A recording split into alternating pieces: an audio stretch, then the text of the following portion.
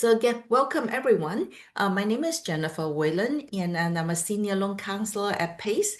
I hold the Chartered Financial Analyst designations, and this is what I do a lot. I joke about that. I'm a finance person and I'm a money person, but my title at PACE is senior loan counselor. I have been working with PACE for and helping small business to grow their business as well as finding the cap access to capital solutions. So um, I I think most of you are already know PACE, and PACE is a nonprofit organization to help small business growth.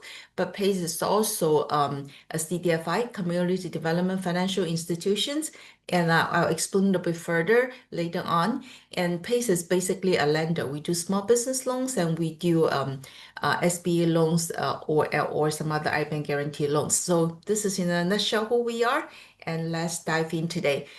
Today's topic is how to make your loan application stand out because maybe let me just throw out questions at the participants today. How many of you have the experience of applying for a loan and you can just type it in the chat box, say yes I have, or type one said many, and I see some says many times. And how many of you are in the process of applying for a loan? I do see some answers as well, and some people say many times, and some explain the EIDL loans. And then, so I guess we all have some experience applying for different type of loans. And then that's very good. And this will help you, hope that give you a little bit more of the guidelines to see how to make your loan stand out. So when we talk about loans, we I want to step one step back. So when you most of the audience here, you already have a business, you already started your business. So in the beginning, one way to fund your business, you might already use some of your own money. For example, you might pull some uh, funds from your retirement account, or you might use some of your savings, or some of you may or use some your personal credit card to fund the startup business. So this portion of the funding is called owner's fund, and then to fund your business. It's not a business loan. But what other ways that you might already use to fund your business? Some examples, you might have a family members, they give you some money, say, hey, I'm gonna invest in your business, and you don't need to make payments to me, but I want to have like the 5% of your company's shares. And you might have the business partner that you put in 50%, and the business put in 50% of your own fund to start a business. This type of funding process called equity financing. So we have the owner's financing is also part of the equity financing. And then now the most common one of today's topic is focused on debt financing. Debt financing is also another way of a business to get money to fund the operation needs. So the difference between debt financing and equity financing is that for equity financing, when someone, yourself or your business partner invests in the company, you own the shares of the company. You have an ownership of the company. On the other hand, debt financing, if a lender gives you money to fund your business, they don't own any percentage of your business. They don't have any ownership interest in your business. However, the drawback is that when a lender funds you loans, funds you operate working funds, give funds to your business, they require a monthly payments no matter at what stage your business is, and then also no matter if your business profitable or not that particular month, or we would say no matter if your business have positive cash flow at that month. Um, Another way to say is that um, whatever you have more money coming in, or you have more expenses going out that month, no matter which situations, a lender will require you to make the monthly payments. So why this is a topic of how to make your loan application stand out. Why do I explain the different type of financings, including the owner's funds, equity financing, and the difference between equity financing and debt financing? Because this is related to how a lender will review your loan application. So I want to just re-emphasize or explain again the different type of funding of a business. First, to lay down a basic structure, basically two type of way to fund a business. Equity financing, you give out a share of your the business ownership, or debt financing, you don't give out any ownership interest in your business, but you have to make monthly payment no matter what. So now maybe I can ask another question. So how many of you that when you go to a lender, you will ask this question, or you say, or maybe I should say it on a different way. I run into this type of questions all the time when I see a small business owner comes to apply for a loan. They will always say, or a lot of the time they will say, I want a line of credit. Some of them say, I want a loan. So maybe in the chat box, if you know the difference between a term loan and a line of credit, maybe if you know the difference, type in one. If you don't know the difference, and you can probably type in two. So let me get a feel of how many of you have a good understanding of a difference of the two type of product. You can type in one if you know the difference between a term loan and a line of credit. And if you're not too familiar with that, you can type in two, so I can get a feel of your everyone's understanding. So I see lots of several ones and some twos, and also the typing in the chat box right now. So let me probably explain in a high level what's the difference between a term loan and a line of credit, because I do see some mix of one and two's answers in the chat box. A term loans is that you would borrow, let's say $50,000, and you repay your month, and the terms of the loan is 3 years, and then you basically make principal and interest payments every month in the same amount. So roughly, if you are borrowing $50,000, and the long term is 3 years, basically, which means that you're going to pay off this $50,000 in 3 years. And if the interest rate is about 10%, I believe right now the roughly the monthly payments around is $1,200. So that's a term loan. You make principal and interest payments every month throughout the terms of the loan. A line of credit is that just like a business, just like a credit card, you borrow a $50,000 line of credit, and also same for 3 years. During this 3 years, you are required to each month, at least you need to make the interest payment. That's the minimum requirement. You need to make the interest payment. And then you can make principal payments at any time when during these 3 years, if you have extra cash flow. For example, if you are in the retail business, you have peak seasons, and then, for example, like a Christmas time, your sales is really high, but in September and October, you do need to purchase inventory. Or if you're a construction firm, you just got a contract, you need to perform the work, and then you won't get paid until like 60 days later.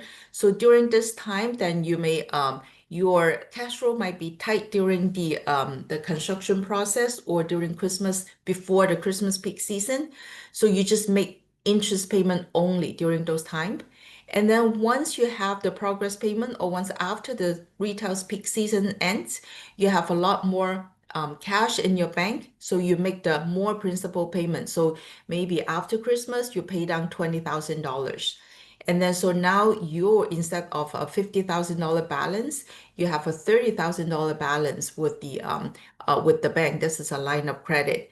And then by the time the next September comes, and then you draw additional ones from the within the $50,000 to buy more inventory, and when you have more cash, you pay it back. Line of credit is very similar to a business card, or for the business. The only difference is line of credit have a lower interest rate, and then as comparing to the business credit card. So I'd like to explain a little bit more about later on that there is no, for me, I always say that there's no absolutely right or wrong lending products for a business.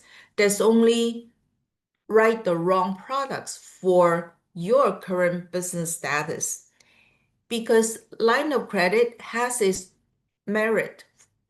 As I mentioned, line of credit, you only need to make interest payments every month before the end of uh, before the line mature. We call it expire.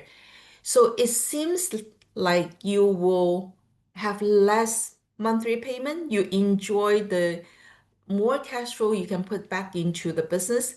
However, if you're not disciplined, then just like because of comparing to a term loan that you are required to make principal and interest payment every month, line of credit is very easy to um, have a drawback that the business owner will slip their mind that line of credit has a maturity date as well. If you don't make any principal payments throughout the line of the credit period, at the end of the line of credit, when they mature at the year end at the year end of the third year, your $50,000 loan is still at the same time, which we call it as a balloon payment. So any business, we as a savvy business owner, you know that you don't like this kind of like I wouldn't say hiccup, but you don't like this kind of like surge of the funds needed all of a sudden. So a term loan, you have to make a little bit more payment every month because you have a principal and interest payment required. Line of credit, you only need to make interest payments. However, because you might never pay down the principal. So at the end of the line of the credit, when it matures, you have a balloon payment, which might be a shock to the business cash flow. And this is something that we always have to keep in mind. And this also will relate it to my next topic on how a lender underwrite. And then, so let us just keep it in mind that because term loan and line of credit, including business credit card, the most typical products that any small business owners might use during when they operate the business.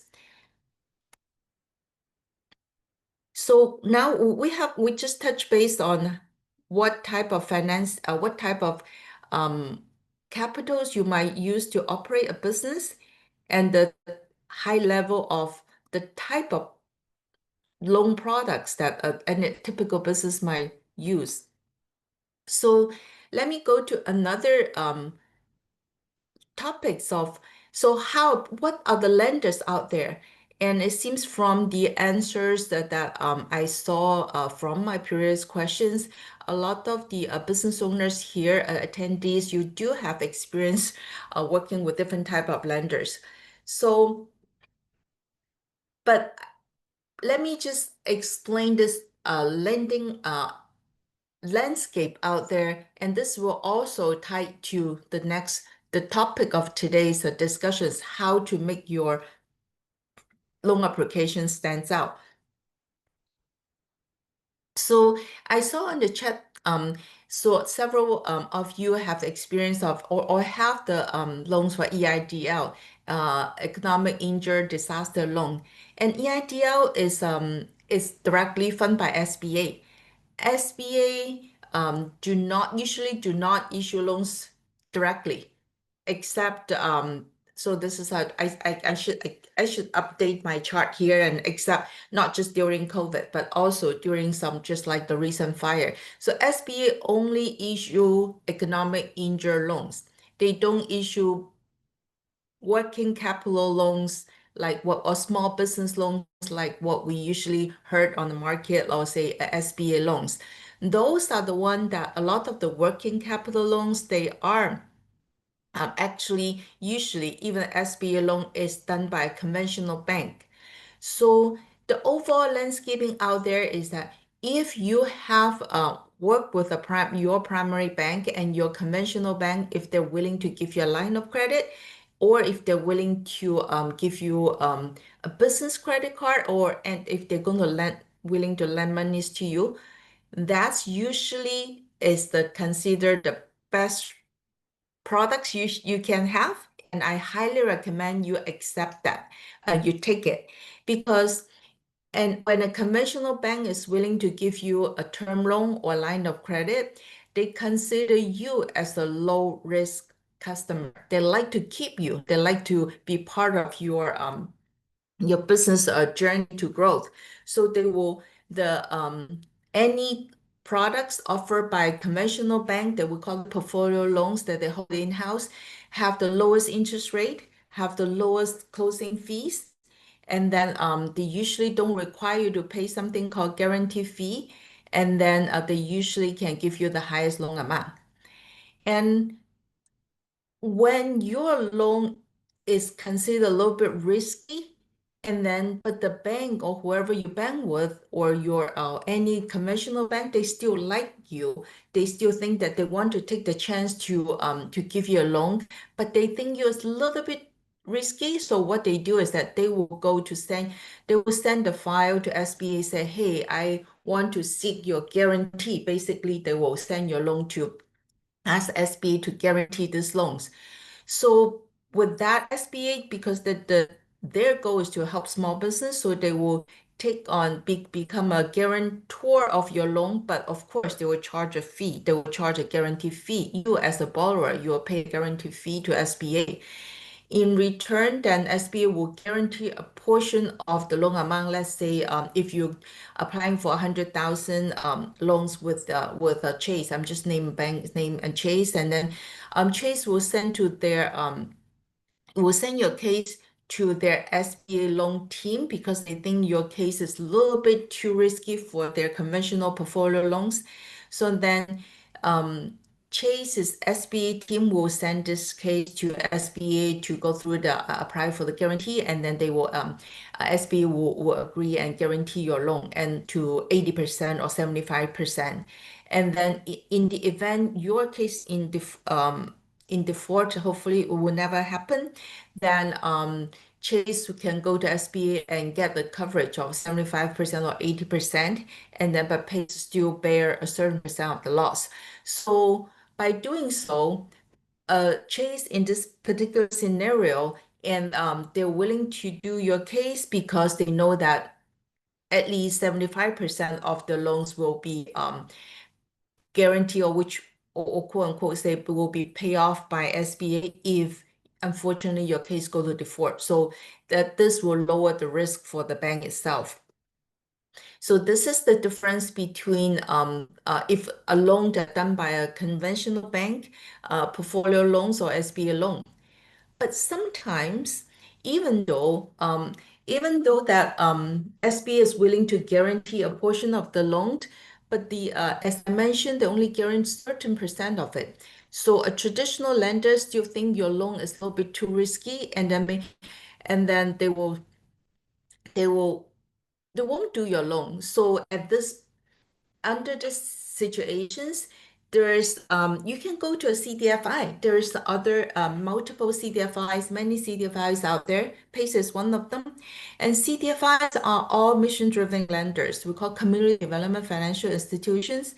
CDFIs are all mission-driven lenders. I always joke about that. The CDFIs are the little cousins of the conventional banks.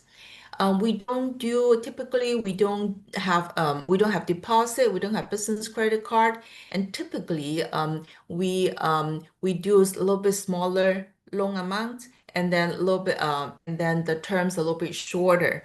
And then for the for CDFIs, then this very similar, and then we'll have sometimes we'll hold it in our portfolio, and sometimes we'll ask SB for guarantee, or we go to iBank, the state iBank for guarantee. So, so because of there is a we will send to either SBA or state for guarantee to seek the guarantee. So there is some guarantee fees you need to pay. The percentage here is not necessarily depending on which one we send to for guarantee. So the 2.5% is not necessarily the exact amount. So the CDFIs will fill in the void of for the business that the banks thinks that they're too risky at this point. So those are the for the typical term loans out there. And of course, some of our audience may also run into the situations they need money fast and they would do merchant loans. I think a lot of us may heard about that or maybe using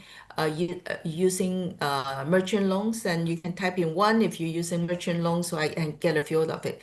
So other online lenders out there as well, and the loan amount they give usually is low, and then the closing fees usually a little bit higher. But again, there's no absolutely right or wrong products, but there is only the ones that who meet your needs at this point or can help you at this point. So those are the overall landscape of the lending lenders out there. Why do I explain this to you? Because this again tie back to the underwriting process that and for from different by different lenders. And when we understand how a lender underwrite, then we really know how to make your loan application stands out.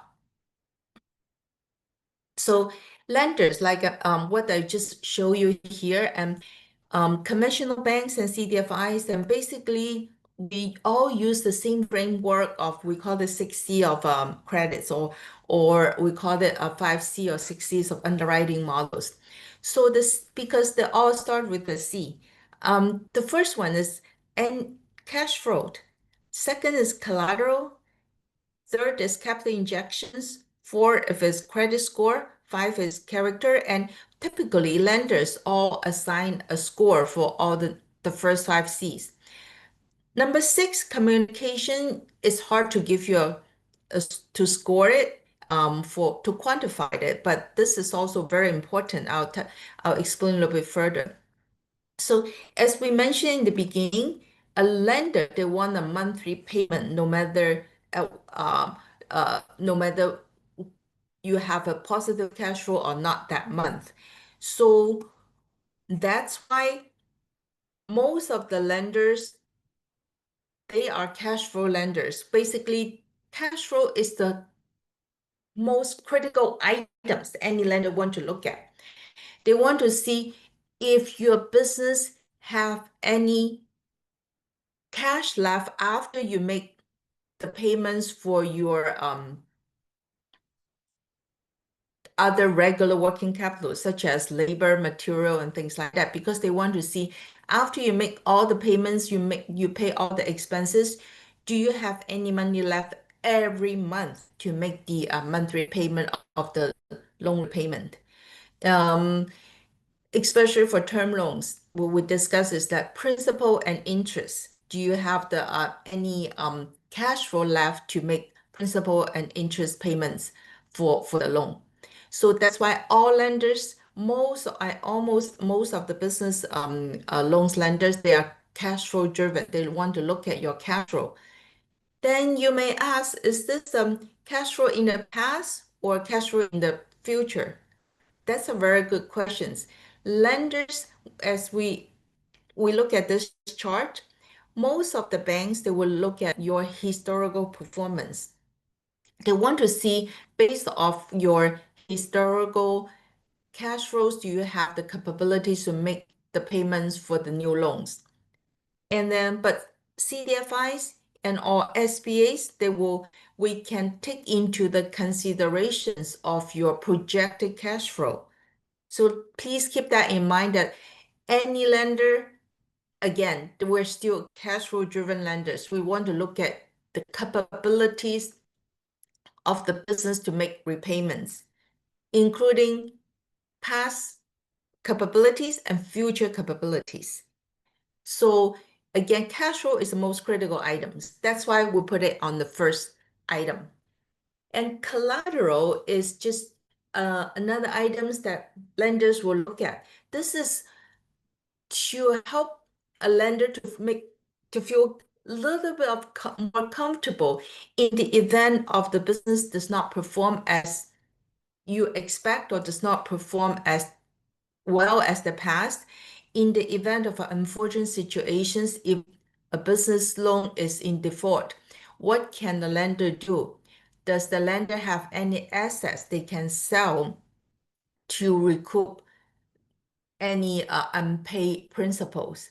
So a collateral is also important for a lender, but lender looks at cash flow capabilities very, very seriously. And then collateral is another layer of to give them more like a comfort what in the event of you cannot make the repayment, do they have any ways to recoup some of the loss? More like a risk control.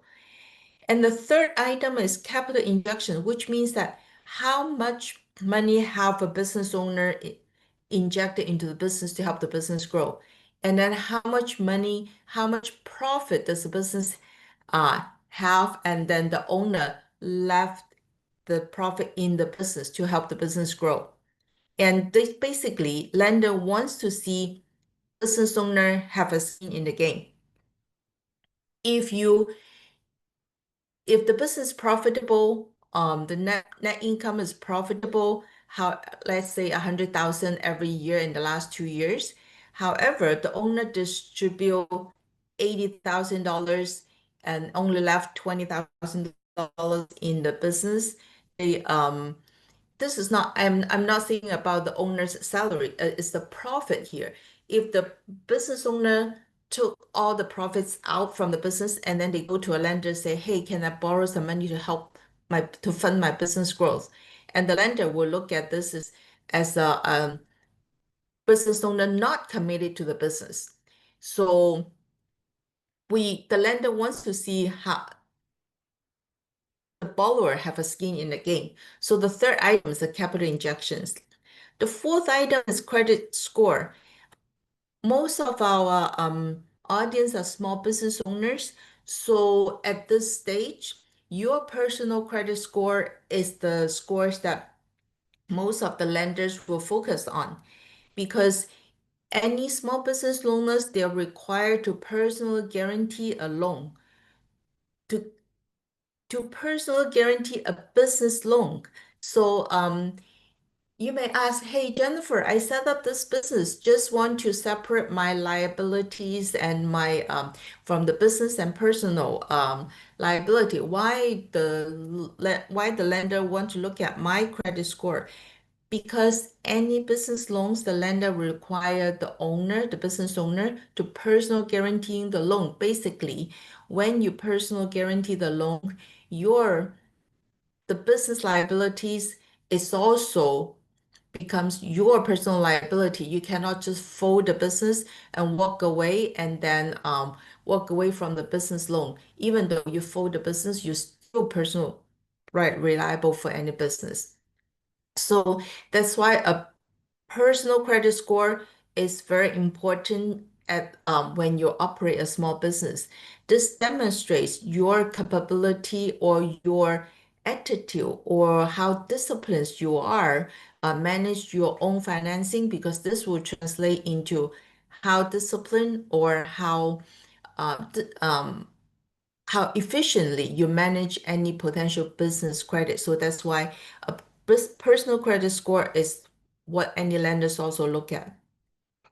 The item five, character, which means how long have you been in the business? Do you know this industry? If you are just starting, it's okay because you don't wake up for one day and say, hey, I want to dive in this business. You might already working for somebody else, another company, and now you start your own practice, but you know how the industry operate. So that is still okay. So this is also the lender look at, do you have the experience in this industry, either running your business or helping other people run the business. Item six is communications, that this is you need, this is very important, even though, as I mentioned, it's very hard to give a score for this to quantify it.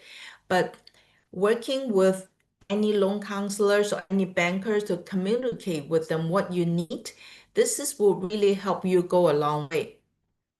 So the 5C or 6Cs of credit or underwriting criteria lay down the framework of any traditional lenders or SBA lenders or CDFIs um, to underwrite each case.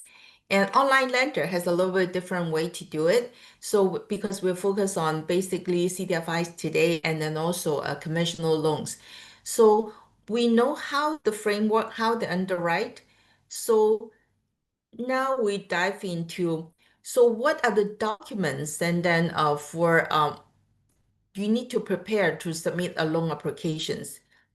We know that lender looks at cash flow. Loan lenders would want to see the collaterals.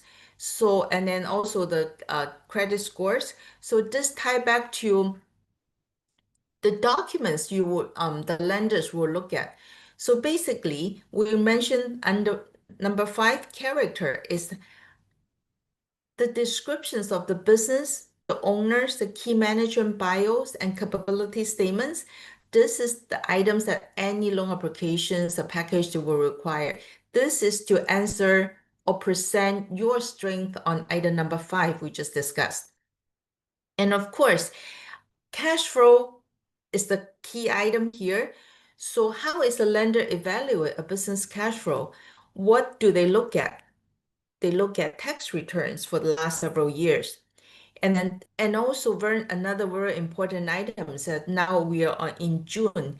The interim financials, basically your 2025 January to April or even January to May financials is very important for any lenders. And then also lenders will ask you to submit bank statements because they want to look at, see how um, how the cash is moving in and out. So this is the typical the items we'll look at. Any lender will require you 2 to 3 years of business tax returns, interim financials, and bank statements. So all those items is to help the lender to understand the first items we will just discuss, the cash flow. How's your business cash flow? Does your business cash flow taking more money in, or your business each spending more money every month? So the third item will be the personal financial statements. I think a lot of audience, if you here, if you already applied for a loan before, tried that before, you will fill out that form called personal financial statements. Because we mentioned that lender, they want you to personally guarantee the loan. They will see your personal situations, that what's your personal credit score, and then based on your personal tax return and your personal bank statements, do you have do you need to draw the money every month from the business to cover your family expenses needed, or you don't, maybe your spouse is working, or maybe you have other source of income, you have rental incomes, so you may not need to draw the money from the business every month to cover your family expenses. So this would help the lender feel more comfortable because, hey, all the monies generate in the business after they pay all the business expense, the money left can be used to make loan repayments. So they will feel more comfortable. They will when they see you have other source of income. So that's why any lender will ask you to fill out the personal financial statements, which is a snapshot of what you own, what you owe, and then what's your net worth. And that's why the lender will ask you to provide the personal tax returns and personal bank statements. And the next item is very typical, and the lender will ask you to provide a projections, especially if you're a startup business or you're a revenue business. Conventional bank, typically, they will not do any loans for a startup, and especially a pre-revenue, but CDFIs, including PACE, we are open to look at this type of case. But we talked about that a little bit earlier, talk about cash flow. We look at historical cash flows, but we also look at projected cash flows. So how do we know how do we know what will be the cash flow will look like? Then you will, as a business owner, you use your business history and knowledge, and then you know about the industry, and you develop a projections to let the lender know, hey, based on this type of, like, let's say a restaurant, I used to operate a restaurant 5,000 square feet, but now my business is only 1,000 square feet. But hey, this restaurant can put 5 tables or 8 tables there. Every tables can sit 4 people, and every dinner we can turn the table twice. So based on those numbers, you can have a projections and then know roughly how much or projected numbers. What's your income and what's your cost? So those based on that's why the item one, your business owner's bio, and then the key management's bio are very important for lender too, because when they see you have this experience and they know that the projections that you provided will also demonstrate your thought process and your experience, and then a lender will know if your projections realistic or not. So every items a lot of the audience, you might feel like, hey, I'm just going to apply for $50,000 loan. Why would they ask for so many things? They want me to write my bios, they want my last 3 years tax return, and then they want my all my personal stuff and bank statements. It's only a $50,000 loan. Why would they ask for so many things? So I hope that what I explained here, you can see how a lenders look at each case. Because for $50,000 loan or $50,000 or a $500,000 loan or $5 million loans, when you later on to purchase any business or commercial buildings, the thought process is the same. The lender, they still look at, will you, a borrower, has the capability or demonstrate the capability to make the repayments of the loan after they pay everything else. So, and then also in the event of you don't perform, what assets the lender can go and sell to recover some loss. So the thought process, no matter it's a $50,000 loan or a $500,000 loan or $5 million loan, is the same. So that's why the lender will ask for owner's bio, tax returns, personal tax returns, business bank statements, and personal bank statements and projections. So now we know how the lender look at each case. So now we can go to the flip side. As a borrower, what you can do. Of course, you need to demonstrate that you need to showcase your strong cash flow. And then a healthy revenue stream will assure the lenders you can manage the loan repayments. And then for that, that's for the past history, for the past performance. And also, remember we talk about the lender will look at projections as well. So it's very important to have a realistic projections, because overestimating net profit can slow approval. Lenders, you are not the only clients that the lender deals with in your industry. they kind of know that if your projections make sense or not. So have a realistic projections is very important. And then the next one will be, so you have to demonstrate that your business stability. That's why the lenders look at if you have the last 2 years of tax return to see what's the trend. And don't be afraid that, hey, you have 1 year, you have a loss. And then you say, oh, maybe I'm not ready for a loan. No, it might be a different situations. We lenders are understandable. We can look at does that year that you have a one-time extraordinary income because you make some significant investment in the business, and what's the trend of the business revenue? Is that because of your investment, your business is going to increase the capacity. That's why the next year's revenue is doing better, and the net profit will do better because the significant investments already been made. So you should be able to explain why the numbers may not look that good, but as long as you have good explanations, lender will understand. And the next one will be when you want to make your loan application stands out, you should prepare a full package. Don't just send the lender by piecemeal.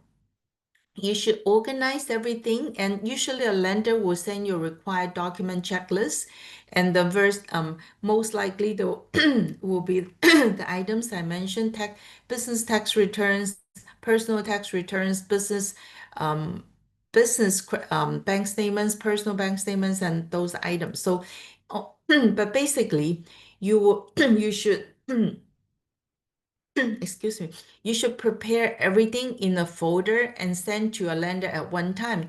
You want to put your best foot forward. You don't want to you don't want to let the lender chase after you to get different documents, because that demonstrate that you don't manage your documents well. And this is also we mentioned one of the items, communications. So the from how you communicate with the lender, it also demonstrates your capability to manage your business on well or organized or not. So prepare the loan package in as complete as you can, and before you send to the before you send to the lender. And I would like to ask a question here. How many of you, just type it in the chats, that when you go to a lender, you say, the lender said, oh, how much do you need? And then you ask the lender, how much can you give me? Just type in the chat box if you answer that question, if you said that to the lender before, just type in one, if you did that before. I ran into a lot of the borrowers and say, I ask them, how much do you need? Because this is one of the questions on one of the questions on loan application. And so many times I ran into the answer that borrower asked me, how much can you give me? This is the bad questions that you should ask, because this demonstrates that you don't exactly know how much you want. Even though I know that some of the borrower, they know what they need, but they want to try to push the lender's limit to say, what's the maximum amount you can give it to me? I know that they have a number in mind, but they ask the lender the questions, how much you can give it to me? This, if you try, if you have done that before, if you're thinking to do that, my advice to you is don't, because this gives the lenders the impressions you haven't think it through yet. You don't know how much you need to bring your business from here to there, to the next level. And all business lenders, especially SBA loan or state guarantee loans, that on the application form, they ask you to fill out a loan application, the loan amount, as well as the use of proceeds. We lenders want to see what's the use of proceeds? What do you want to use this particular loan amount for? For example, you want to buy equipment or you want to pay the payrolls for the next 6 months. Like go back to the example, if you're a construction firm, you have this project to fix 50 potholes for city of LA. And then because all those you have to use union workers and you need to pay the union's workers every week. So now you know that every two for the next 2 months you have 8 weeks of payroll you need to, maybe 9 weeks of payroll you need to make to the union workers. But the big city, they won't pay you until you complete the work and then about 60 days later. So you know that you have 60 days of the payroll. So you need to come up by your own and then before you get paid. So now you can quantify, you know how much payroll you need. Or if you're a retail business, you know that you need to stock like $40,000 of the inventory for Christmas season. So you need to define the use of fund very clearly to think it through. This demonstrates your experience in manage your business, and then this is what a lender would like to see. And so let me ask another question to the audience. So I also run into this question. This answers a lot. I asked my clients, what do you need the money for? They would just tell me working capital. So type in the chat box and say, if you know what's the meaning of working capital, if you know what it means, just type in one. If you don't really know what it is, so it's just type in two. So I still see a lot of ones in the chat box. So working capital is basically a catch-all. Basically, is that I need money to pay for payrolls, equipments, and maybe insurance and that kind of thing. So if you tell a lender, say, I need the loan for working capital. So basically, this is just telling the lender, say, I need money. You're not telling the lenders that what I need the monies for. So that again would be a bad answer if you just write down on the loan application form that I need working capital. Basically, working capital is the money to fund your business. So, and so this is something any ones of you should avoid. Yeah, I see, I see a note on the chat box that the lender would like to know you have a plan for the money. Exactly. Lenders wants to know that this loan is going to be used for quote unquote purchase equipment or buying inventories and anything. So never answer the questions to a lender that or fill out on the loan applications that I need the loan for working capital. That's too broad. It doesn't specify what's the loan is used for. You can say I want to borrow 100,000, $50,000 for inventory, $20,000 for marketing, and then 20,000 is for labor, and then there's 10,000 left. You can say other working capitals such as um, utilities or something or rent, something like that. You can still say working capital on your loan applications, but you have to specify the majority of what you plan to use the money for. Working capital is just a phrase to catch all on your loan applications.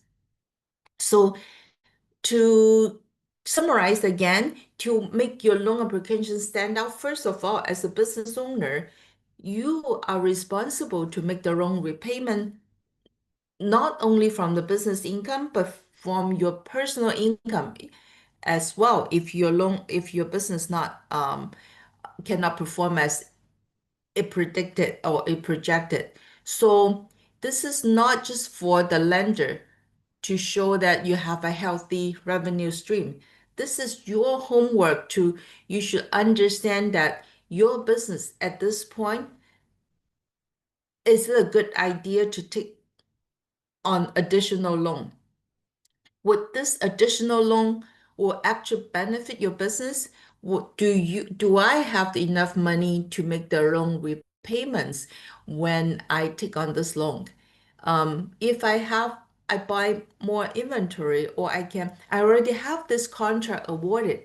What I need is just to perform this contracts. I will have a good, healthy revenue streams, and like already plan it out. I just need to execute this contract. So then you have a healthy revenue stream. Then you should totally go out there and to take on a loan to just to make this happen. So this is not just to answer or make your loan application looks good, but should be a questions you ask yourself to make sure you have a healthy business. You don't take on the loans that you don't need, or you don't take on the loans that you doesn't help you from here to the next level. And for this ties to projections that, any projections should be realistic. Again, this is not just to present to the lender, but also you talk to yourself heart to heart. Can I achieve this projection once I take on this loan? Did I miss anything when I prepared this projection? Am I too conservative? Because I know that last season with the $10,000 of the inventory, I sold $50,000. So if this year I have $20,000 of the inventory, would I be able to sell 100,000? Or maybe maybe this is a popular product. Maybe it's like Galabubu. I can sell even the $20,000 of products I can sell for $150,000. So am I overestimate the net profit, or overestimate the revenue, or am I underestimated? This is a heart-to-heart question to yourself as well when you do the projection. The projections not just to present to the lender, but also to help you to turn what your thought process and what you think it might be into numbers to see if this is some things that really reflect what you think of the market and what you think of the business. And then the last two items again, which is like you should look at the past performance to see if this is anything change in the future, any factors have changed to will tie back to alter the projections. So, and the last one is that prepare everything in one package and go over it and put your best foot forward before you submit to the lender, because this is also, again, demonstrate how you manage your business, how you manage your documents, and how you manage your finance. So those items will be really helpful to make your loan application stands out. So some of this is also something that I'd like to just give you a share some of my past experience, and then to the audience. It's it might At this point, you might use some of the other type of financing. You might use some other online lenders, or alternative lenders providers, such as some of them I heard about factorings, or even merchants account. And all those lenders, they will require less documents. Your they don't look at your tax return that much. They don't look at your personal financial that much. But again, they're still evaluating your cash flow. If you have a merchant's account and they take out, they give you a loan easily, they just look, because they control, it's not the right word to control. They see your revenue every day, and then they take out a portion of it every day. So basically, they have very strong collaterals um, um, for your loan, and then they see your cash flow every day. And so because of that, they will a little bit less concern your capital injections, because the risk is already mitigated by by understanding your cash flow daily and taking out the payments every day. So those options are a little bit more expensive. However, you can always build up your pathway to conventional lenders or CDFIs and then to conventional lenders by preparing all those documents like the tax returns and personal tax returns, and then throughout the several years, you build up your business credit score, your personal credit score, and you improve your net profits every year in the last several years. Then you can basically restructure your loans, or we call it refinancing your loans, and then pay off those high interest rate, high cost debt, and then to becomes more to lower the financing costs. Those are the options, and those are the ways you can go through, like you improve your performance of your financial performance, including establish longer histories of profitability and that kind of thing. And then you can refinance out those high cost debt. But those high cost debt plays a role in the growth of your business, so don't discount them.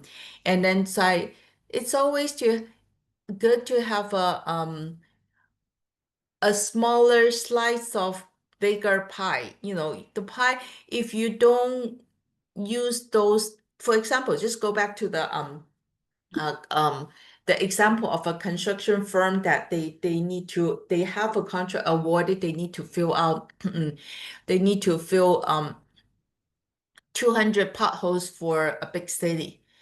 If they don't, they are, if they don't take on any loans, they won't be able to fund the union workers for the first 60 days. And then once they perform the work, now they have something called once they invoice the big city, they have something of accounts receivable. At that time, they can start to sell those accounts receivable. Again, we call it factoring. And at that time, the factoring company, they have collateral because they took that AR as the accounts receivable as the collaterals. They can issue them cash, the funds faster than any traditional lender. So even though factoring is a little bit expensive, but for this particular construction company, then it serves the purpose because this helped them to scale a lot faster. So this help them to fulfill the contract with the big city for 200 potholes. Once they finish it, they have 2 years of history. They have a net profit for reported in the last 1.5 years, and almost 2 years. They can get out of factoring and then go to a traditional lenders. So they can refinance with the traditional lenders. So this is a pathway to by utilizing a high cost debt to grow the business, and then utilize the CDFIs to refinance out those high cost debts. And then eventually, after 3 or 4 years of the profitabilities shows on the business tax return, as well the improvements of their personal credit scores and personal financial situations, they will be able to go to a conventional bank, which offers the lower interest rate, the lower closing fees, maybe no guarantee fee, and the larger loan amount and the longer terms. So each product and each lender serves a certain role in every aspect of a business when you grow. So there's no absolute right or wrong products for a small business or for any business.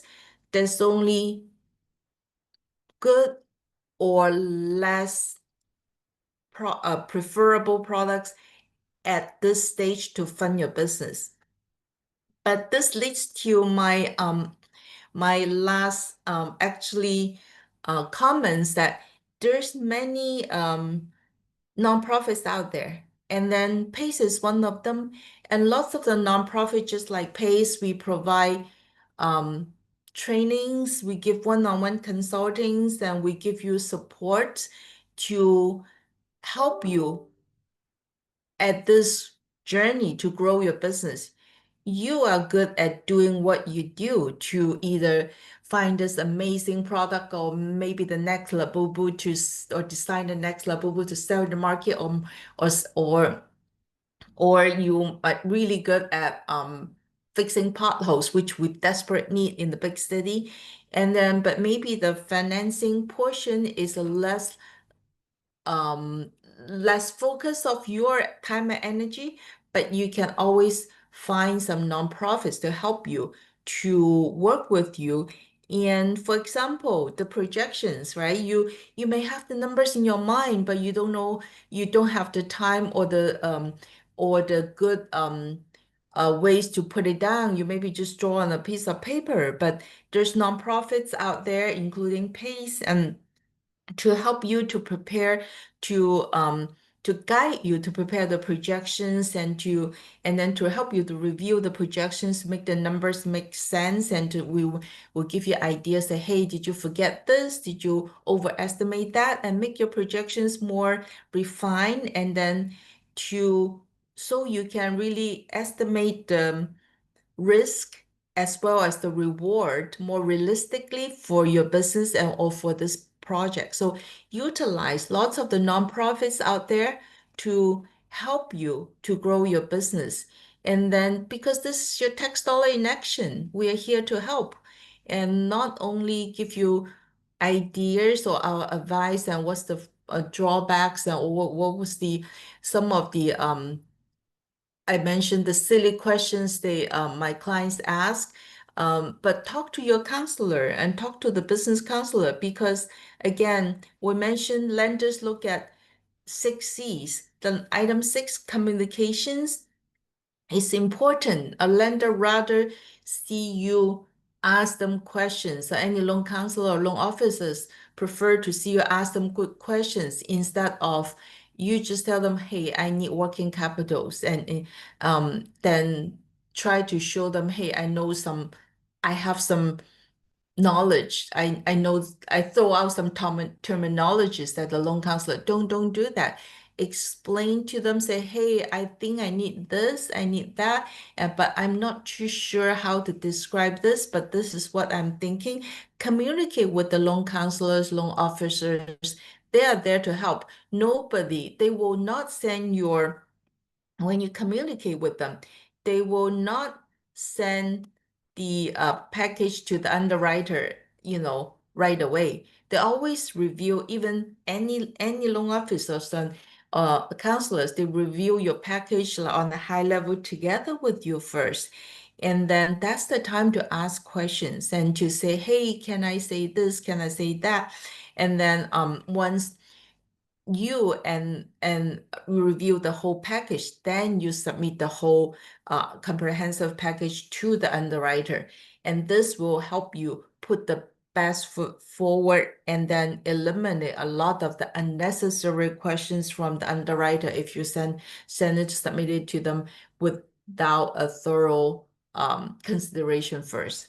So this concludes my presentation today, and I hope that I give you some good useful ideas for how to make your how when you prepare your loan application, how to make it stand out and then make your next step a little bit easier. So feel free to put your questions in the chat box and I'll try my best to answer it as much as I can. But if you don't feel comfortable, ask the questions in the chat box and then please just email me and then we'll set up a time to chat and a one-on-one to chat. Again, this is the I'm not the underwriter. I will not submit your package to the underwriter until you and me will feel both comfortable about um you want to submit, and then we'll try to help you to bring your business from here to there, and we are here to help. So let me know if you have any questions. Feel free to put in the chat box.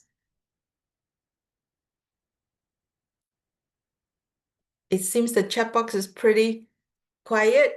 If everybody's very shy, not to want to ask questions here, um, then I'm so okay. We can set. Please feel free to set up one-on-one, and then I can explain to you. So I do see a chat box. What about startups? Um, for startups or for pre-revenue, yes, a traditional bank will not fund any startups or pre-revenue because they consider that as a high risk. However, CDFIs here are all mission-driven lenders. We will look at startups, quote unquote, pre-revenue. So, but we are still a lender. We still want to evaluate the capability of this new venture to make loan repayments. So how do we evaluate that? So let me give you an example. Um, if you just one of our past clients, he is a physician and pain management physicians. He's working for another doctor's office in the last several years, and he started saving up money, and he plans to open his own practice. Instead of dive in 100%, he negotiate with his current employer. He said, "Can I become an independent contractor for you and only work for 4 days?" And then he will spend his own time to build his clientele on Friday and Saturday. Of course, they don't practice. He doesn't practice in the same city to fight for the customers. So by doing so, as the lender, we see that he still have regular cash flow from the Monday to Thursday to support his family's expenses. And then he already saved up enough money to certain money to do the as the down payment for the I would say as the capital injections for the tenant improvement to his new office. So we call it the global cash flow. And then so he has strong global cash flow. And then because of that, we are okay to do a startup. But another example is a couple, they're both dentists. They quit their jobs, um, both quit their jobs right away, and they go to start a new business, also a dental practice. For that, we are uncomfortable to do the loan for them because we admire the courage to dive in and devote 100% of their energy and savings to new venture. But the global cash flow is a little bit weak if the new dentist office they set up is not going to perform as they predicted. The owners will not have other funding resources to support the family as well as to make the loan repayment. So for that, we did not fund that loan. So for startups or pre-revenues, we look at the owner's global cash flow. This is how I hope that I answer your questions that for startups, so what do we um how any lenders do it. But go to CDFIs, come to CDFIs. We do pre-revenue loans, but then we look at the global cash flow. So next question I see when trying to secure a big loan, or can we go to one can go to PACE or the SBA for help. So SBA does not fund regular working capital loans. They always go through a lender, like either go through a CDFIs like PACE, or let's say a big bank like Chase. Chase have the SBA team to do loans. So you don't go to SBA directly. You can go to SBA's website to find who are the SBA lenders for regular loans, and then you reach out to them. but I'm more than happy to look at your case and explain to you what directions you should go. Just shoot me an email. I can I can give you more answers. And again, because PACE is not only a lender, but we are also a nonprofit.